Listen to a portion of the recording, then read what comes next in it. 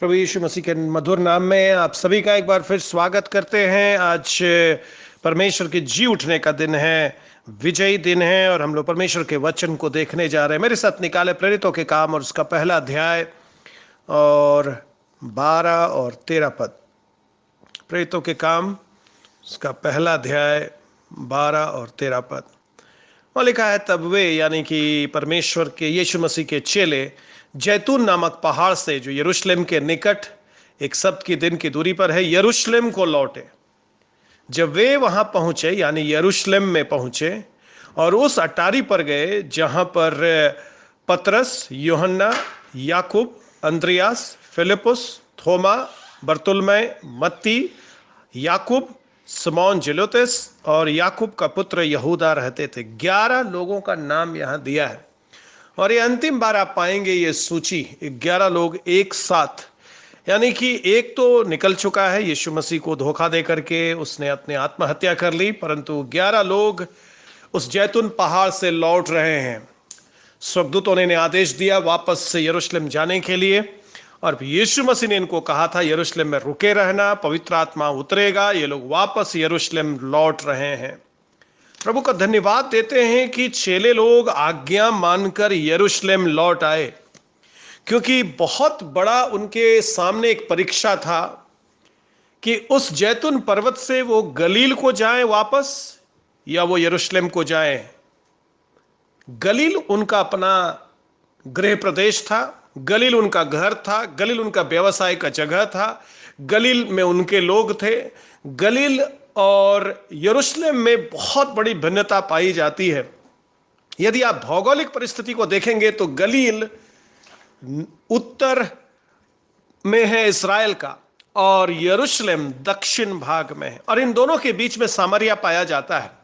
यानी कि वो क्षेत्र से ये दोनों एक दूसरे से कटा हुआ है, जो क्षेत्र यहूदी लोग जिन लोगों को तुच्छ समझते थे, यानी कोई संबंध नहीं था। यरूशलेम के लोग, यहूदिया के लोग और गलील प्रदेश के लोगों के बीच में कोई संबंध नहीं था। बहुत भिन्नता थी।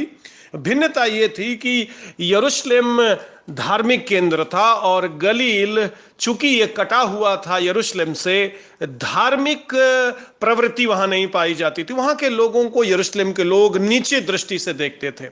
और जब आप पाएंगे यूहन्ना रचित सुसमाचार और उसके 7 अध्याय में, यदि आप मेरे साथ देखेंगे तो वहां पर बहुत एक रोचक बात लिखा हुआ है गलील के संबंध में। और वहां लिखा है 7 पद में, 7 अध्याय का 41 पद में, 40 पद में लिखा है, तब भीड़ में से किसी किसी ने ये बातें सुनकर कहा, यीशु मसीह की बात को सुनकर, बोलता यही वो भविष्यवक्ता है क्या? तो दूसरों ने भीड़ में से कहा, यह मसीह है क्या? तो कुछ और लोग बोलते हैं, क्यों, क्या मसीह गलील से आएगा? यानी क्या ऐसा हो सकता है कि मसीहा जिसका हम इंतजार कर रहे हैं वो गलील से आएगा? ऐसा जगह जो धर्म के नाम पर जाना नहीं जाता, जो लोग धार्मिक नहीं हैं, जो लोग ईश्वर से दूर हैं, मंदिर से दूर हैं, वो लोग केवल अपने व्यवसाय में लगे हैं, मछली मारने वाले लोग हैं, अनपढ़ लोग हैं उस प्रदेश में। और यरूशलेम में पढ़े लिखे लोग हैं, धार्मिक लोग हैं, मंदिर यहाँ पर है, लोग यहाँ दर्शन करने आते हैं। और क्या वहां से मसीहा आएगा? और उसके बाद जब उसी शास्त्र भाग में आप आगे पढ़ेंगे तो आप पाएंगे फरीसियों ने इस वार्तालाप का, कई लोग आपस में बात कर रहे हैं, क्या गलील से मसीहा आ सकता है? इस वार्तालाप का निर्णय 52 पद में फरीसियों ने दिया और उन्होंने ये कहा, क्या तू भी गलील का है? ढूंढ और देख, गलील से कोई भविष्यवक्ता प्रकट नहीं हो सकता है। ये हो ही नहीं सकता है। ये शास्त्र को जानने वाले लोग हैं, ये लोग धार्मिक लोग हैं, और ये यरूशलेम का लोग कभी नहीं स्वीकार कर सकता कि गलील का लोग आकर हम लोगों को ईश्वर के बारे बताए। जब यीशु मसीह ने इनको कहा वापस यरूशलेम जाओ, तो एक बहुत बड़ा निर्णय चेलों को लेना है। ऐसे जगह इनको वापस लौटना है जिस जगह पर ना इनका घर है, ना इनके रिश्तेदार है, ना इनका व्यवसाय है, ना इसका कोई लोग है।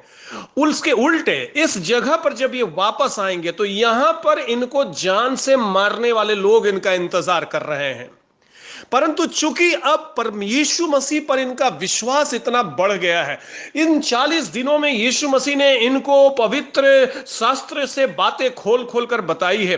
अभी जब इन्होंने यीशु मसीह को स्वर्गारोहण होते देखा है और यीशु मसीह के स्वर्गारोहण के बाद 2 स्वर्गदूतों को आते हुए देखा, इनका विश्वास इतना बढ़ गया है कि अब गलील इनको आकर्षित नहीं कर रहा है। गलील आसान जगह है जाने के लिए, और ये लोग सोच सकते थे कि चलिए घर वापस जाते, वहीं प्रार्थना करेंगे, वहीं पवित्र आत्मा मिलेगा और फिर अपने क्षेत्र में हम सेवा करेंगे।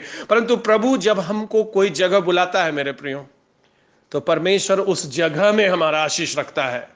जगह हो सकता है हमारे लिए विकट हो, क्योंकि परमेश्वर हमें हमेशा ऐसे जगह पर ले जाकर खड़ा करेगा जहां हमको उस पर निर्भर होना पड़ेगा। अगर ये लोग गलील लौटता तो इनके पास इनका व्यवसाय था, इनका नाव अभी भी है, इनका जाल अभी भी है, वापस इनको जो है मालूम भी है कैसे मछली पकड़ा जाता है, और जिस काम में ये लिप्त थे पैसा कमाया जाता, फिर ये अपने जिंदगी में लिप्त हो जाते। यीशु मसीह को मालूम था ये लोग 10 दिन प्रार्थना में एक चित होकर नहीं बैठ पाएंगे, इनको यरूशलेम जाना है, और यरूशलेम में चूंकि भयावह परिस्थिति है इसलिए ये लोग घुटना टेकेंगे, इसलिए ये लोग परमेश्वर के पास आएंगे। बहुत बार जब हमारी जीवन में समस्या आता है मेरे प्रियो, वो हमारे लिए आशीष का कारण बनकर जाता है, क्योंकि वो हमको परमेश्वर की ओर धकेलता है। वो हमारी आंखों को हमारे व्यवसाय से उठा करके स्वर्ग की ओर करता है, वो हमारी आंखों को अपनी संतानों से उठा करके स्वर्ग की ओर करता है, वो हमारी आंखों को अपनी जमीन से और भूमि से उठा करके स्वर्ग की ओर करता है। जब हमारा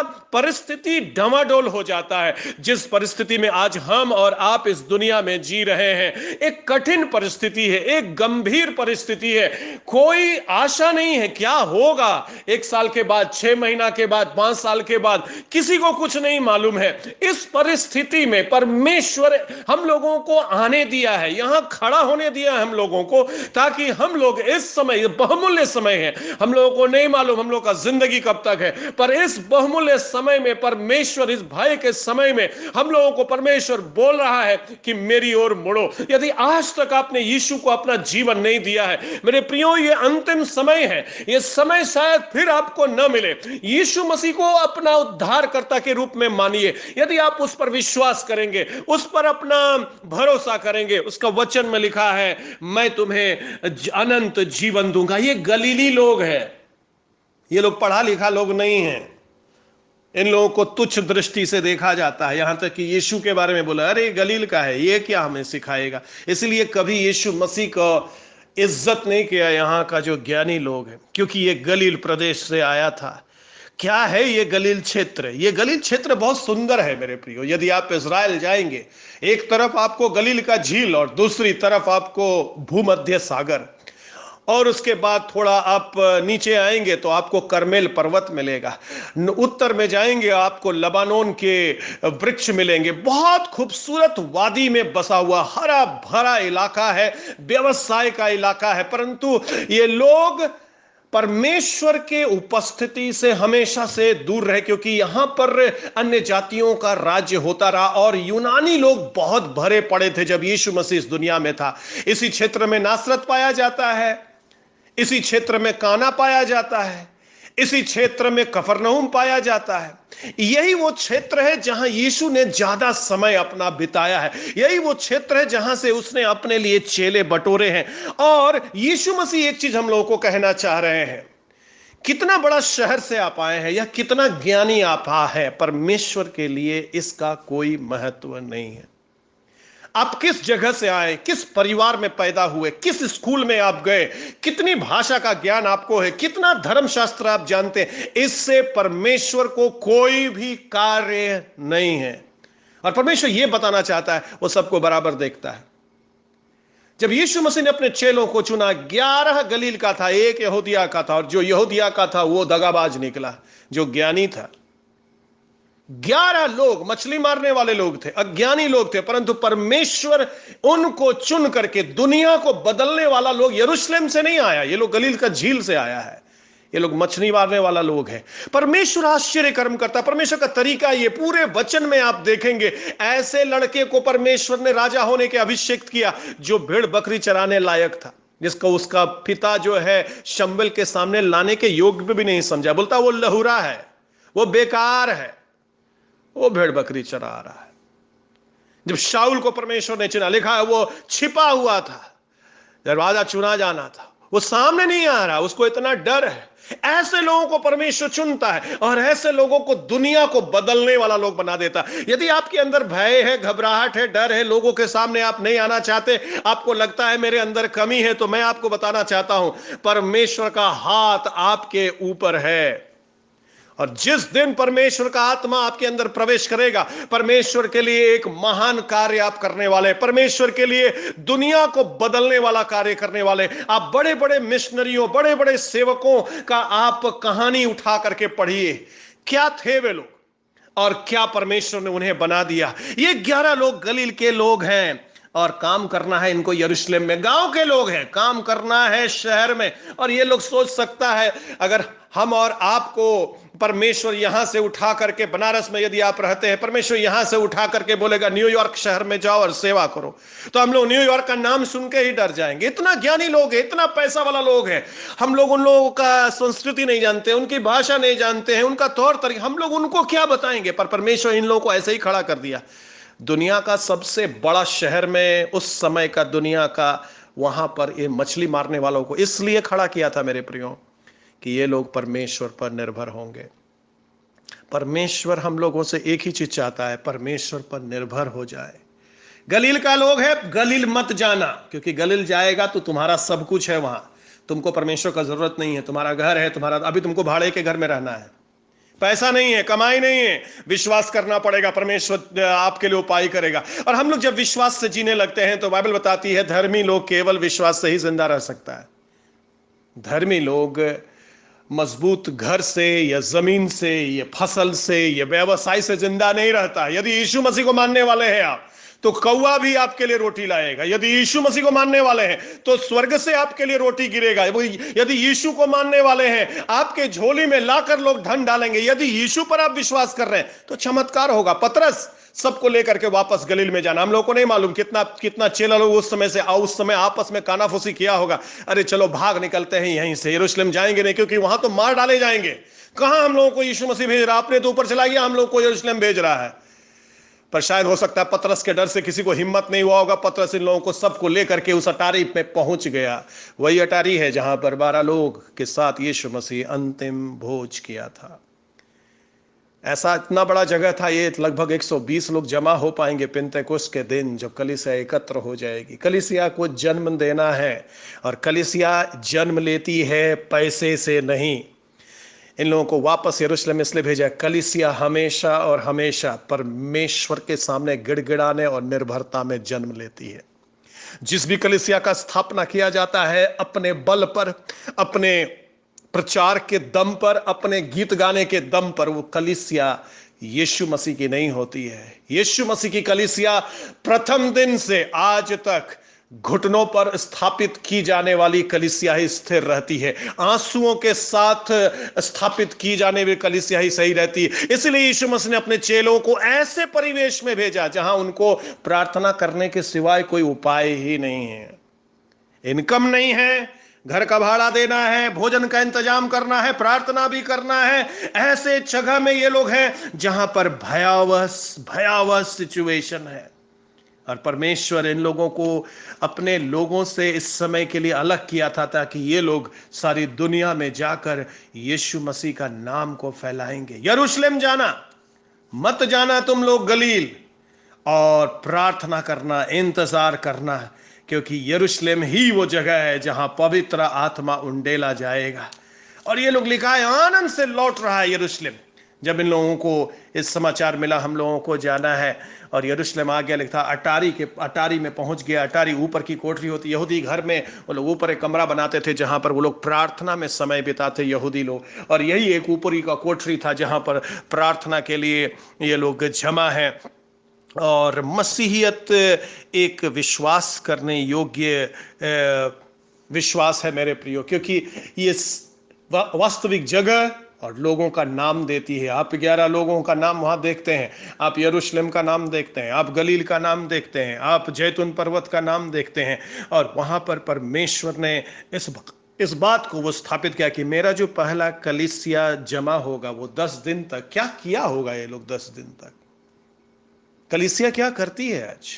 वचन पढ़ती है, वचन सुनती है, प्रार्थना करती है, एक दूसरे को हिम्मत देती है, संगति करती है, और ये 10 दिन तक यही चल रहा है। एक वातावरण तैयार किया जा रहा, परमेश्वर के वचन की ओर, उसकी प्रतिज्ञा को माना गया, उसकी आज्ञा को मान करके उसके वचन को सुना जा रहा है। और पर कौन लोग जमा है? ये गलील प्रदेश का लोग जमा है। कहां जमा है? यरूशलेम में जमा है, अपने अपने परिवेश से दूर जमा है, पर इन लोगों को आज्ञा मिला, आज्ञा मान करके, परमेश्वर की आज्ञा मान करके ये लोग यहां पर जमा है। और आज परमेश्वर चमत्कार करने जा रहा है। आज परमेश्वर उनके जीवन को बदलने जा रहा है, जब पवित्र आत्मा उनके जीवन में उतरेगा और प्रभु का अनुग्रह हम लोगों के जीवन पर भी हो। आज शाम जब आप इस वचन को सुन रहे हैं, यदि आपको लगता है आप भी यरूशलेम में पाए जा रहे इस समय, हो सकता है आप अपने घर से बहुत दूर हैं, हो सकता है अपनों से दूर हैं आप, हो सकता है ऐसा लगता है आपका कोई भी नहीं है, हो सकता है ऐसा लगता है आप शत्रुओं से घिरे हैं, हो सकता है आपको ऐसा लगता है दुष्ट आत्मा आपके चारों ओर, हो सकता है ऐसा लगता है ये बीमारी हमको छोड़ेगी नहीं। परंतु मैं आपको विश्वास दिलाना चाहता हूं, 2000 साल पहले भी स्वर्ग का रास्ता खुला हुआ था और आज शाम भी स्वर्ग का रास्ता खुला हुआ है। आदेश ये है, बाट जो होना, यरूशलेम को मत छोड़ना। और हम लोग देख चुके हैं यरूशलेम है परमेश्वर की उपस्थिति। कैसे परमेश्वर की उपस्थिति को पकड़ेंगे? स्तुति करते रहिए, गीत गाते रहिए, वचन पढ़ते रहिए, प्रतिज्ञाओं को बोलते रहिए और विश्वास करते रहिए। परमेश्वर हमारे साथ है, परमेश्वर का आशीष आपके साथ है, परमेश्वर का अनुग्रह आपके साथ है। आपके परिवार के ऊपर आशीष बोल रहे हैं, आपके व्यवसाय के ऊपर आशीष बोल रहे हैं। और इस कठिन समय में परमेश्वर का हिम्मत और पवित्र आत्मा का सामर्थ प्रवेश करे आपके अंदर। यदि आपका नुकसान हुआ है, लुट गया है, यीशु मसीह आपके साथ में है और वो कहता है रुके रहना, बाट जो होना, इंतजार करना, खुलेगा स्वर्ग, उतरेगा सामर्थ, उतरेगा उत्तर, उतरेगा चंगाई, और परमेश्वर का नया किरण हम लोग देखने जा रहे हैं। इस दुनिया में भी परमेश्वर का बड़ा कार्य हम लोग देखने जा रहे हैं, परमेश्वर का सामर्थ का कार्य हम लोग देखने जा रहे हैं। धन्यवाद देते प्रभु। हम प्रार्थना करते समय जितने भी लोग तेरा वचन सुन रहे हैं, तेरा अनुग्रह उनके ऊपर हो प्रभु।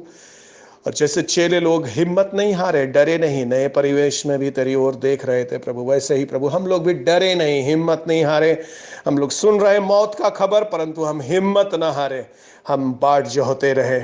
इस लॉकडाउन की परिस्थिति में हम आपको देखते रहे प्रभु, आपके सामने गिड़गिड़ाते रहे। प्रभु हम लोग इसमें प्रार्थना कर रहे हैं, मौत का जो साया सारी दुनिया में, प्रभु इस बीमारी को आप हटा दीजिए प्रभु, इस अंधकार की शक्ति को हटाइए प्रभु, जो पूरे मानव जाति के लिए खतरा बन गया। यीशु मसीह के नाम से प्रार्थना करते हैं प्रभु, तेरा सामर्थ चाहते हैं इस समय। आप स्वर्ग को खोल दीजिए प्रभु, और अपना आशीष का हाथ प्रत्येक पर रख दीजिए। धन्यवाद देते यीशु मसीह के नाम से मांगते हैं, ऐसा ही हो।